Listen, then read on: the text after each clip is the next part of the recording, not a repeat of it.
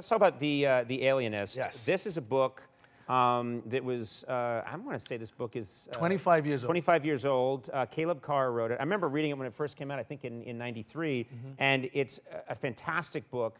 It's set in the late 1800s in New York City, and it's a group of people figuring out that there's something called a serial killer, before that concept even exists. That's right, yes. It was still, people didn't, well, that name hadn't even been given to that sort of killer. So it's the beginning of many, many things. That to that time in New York City was a time of electricity, of lighting, of the telephone.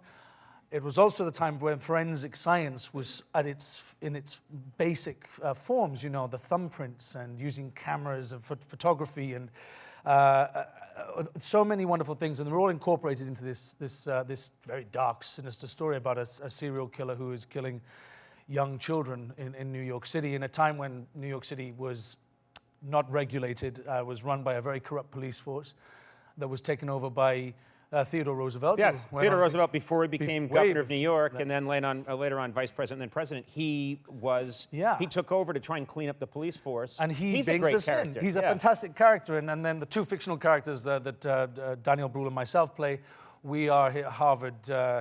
We went to Harvard with Roosevelt, and so we, especially the alienist, who's played by Daniel Brühl, believes that this is a serial killer who's going to get away with more and more murders because the police force are ignoring the obvious signs. And so Roosevelt allows us to run a parallel investigation, which gets everyone into a lot of trouble, but it has to happen for us to find the killer. It is absolutely stunning the way that you, that your crew, your production crew, recreated New York in the 1880s, 1890s. It's absolutely stunning.